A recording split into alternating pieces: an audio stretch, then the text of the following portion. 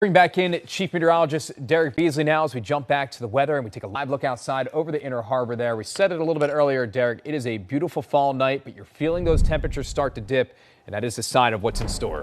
Yeah, it looks like we're back to fall weather like we saw last week. Like we should be. We had that brief warm up over the weekend, but yeah, it looks like mornings are going to be chilly, cool afternoons, and very little chance for rain. We actually could use a little bit more, Rick, and we got a little bit last night into this morning. Some folks got up to about 0.4 of an inch, but the chances are going to be slim to none here, at least through the end of the week. We have a small chance tomorrow evening, but really the bigger story will be the return to fall temperatures across our area. We saw a pretty nice afternoon after a cool start. Tonight's going to be colder across our area. We've got many locations already in the mid-40s here. Columbia at 45. You contrast that with 53 out towards Edgemere. And it really depends on where you are in the state. You can see the coolest weather out towards the west. Cumberland now down to 42 degrees. There will be some spots tonight, particularly outside the Beltway, that could drop into that 38 to 39 degree range.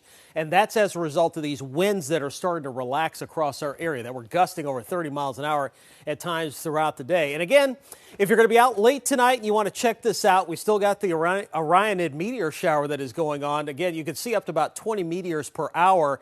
And it's going to be pretty good viewing tonight because of the fact that the moon is in the new moon phase. So you don't have the light from the moon actually kind of washing things out.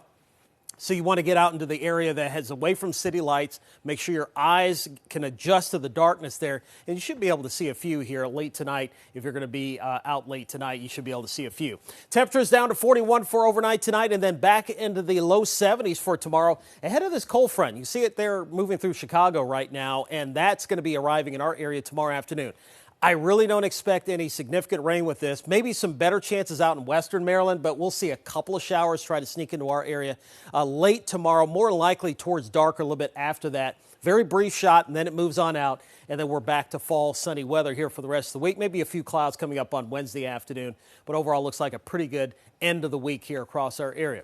72 again for tomorrow. Southwest winds about 10 to 15. There are your chances for rain coming in late in that 7 to 9 p.m. time frame. And then after that front moves through, it's going to bring a reinforcing shot of cooler air into our region. So we're talking about temps down to the low 40s, maybe even some upper 30s here, particularly as we get towards Friday morning. And it's going to stay chilly into the first part of the weekend in the morning, and then those morning lows start to warm back up just a little bit. So here's your first alert 7-day forecast. Again, breezy for tomorrow. Winds out of the southwest. Same thing coming up on Wednesday, except the winds will be northwesterly to westerly again. 65 the high on Wednesday, 62 Thursday, and we stay around 60 for highs Friday into the first part of the weekend. Still trying to get a better idea of what's going to happen with rain chances over the weekend. Right now, we have slight chances in the forecast on Sunday into Monday, but don't be surprised if we end up changing that forecast. Hope that would be a good thing for the Ravens game on Sunday. We'll keep you updated. Alex, back to you.